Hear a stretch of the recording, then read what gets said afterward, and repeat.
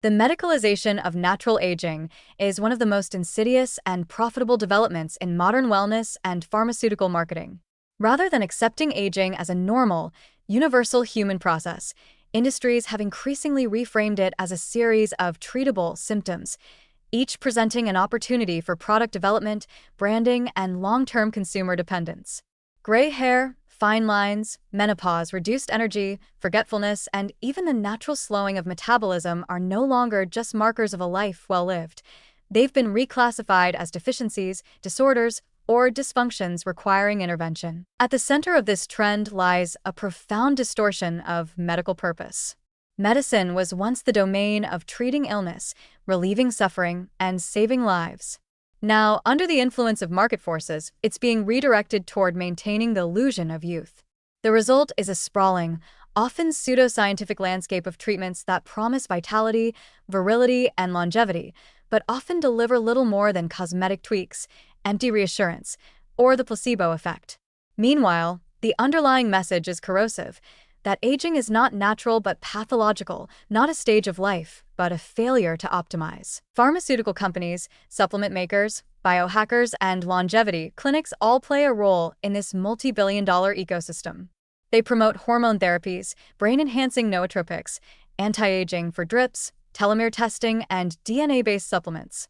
They sell bioidentical hormones for perimenopausal women and testosterone gels for men with slightly declining libido. Wrinkles are treated with botulinum toxin. Thinning hair is a disorder to be reversed. Sleep issues in middle age are spun as a hormonal imbalance, rather than the complex psychological or behavioral phenomena they often are. Each of these natural changes is rebranded as something fixable, and behind each fix is a product, often expensive, sometimes unnecessary, occasionally dangerous. Nowhere is this more obvious than in the rise of anti-aging medicine, a field barely recognized by mainstream science, but heavily marketed through wellness influencers, private clinics, and lifestyle doctors. The industry is loosely regulated, if at all, and thrives on personalized protocols that combine real science with speculative therapies.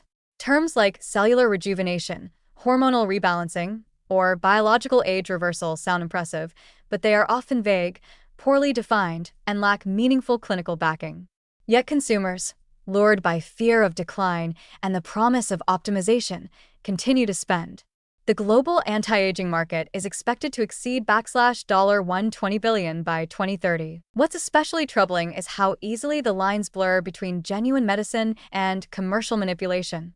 Take menopause, a real biological transition, often associated with uncomfortable symptoms.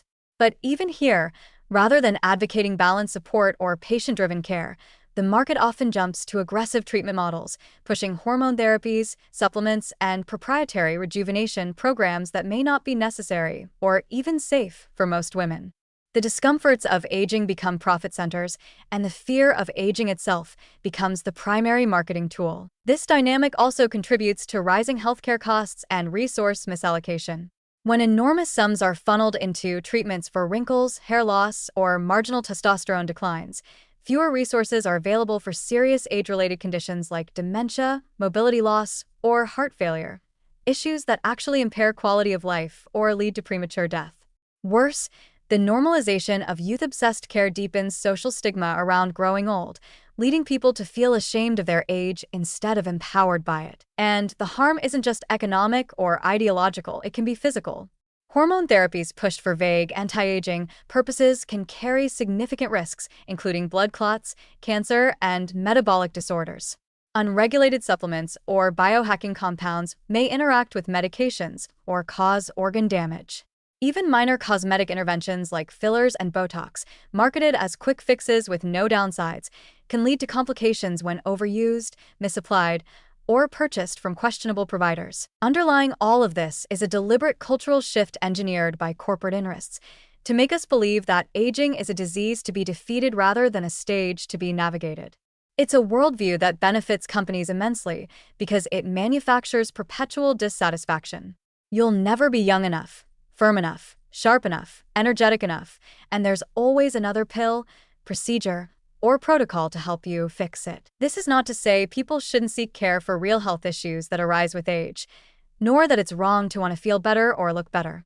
But when the baseline experience of getting older, something every human being goes through, is recast as an endless series of failures requiring correction, we lose not only our money but our sense of dignity and peace with life's natural arc. In truth, much of what the anti-aging and wellness industry sells is not science, it's anxiety, polished and packaged.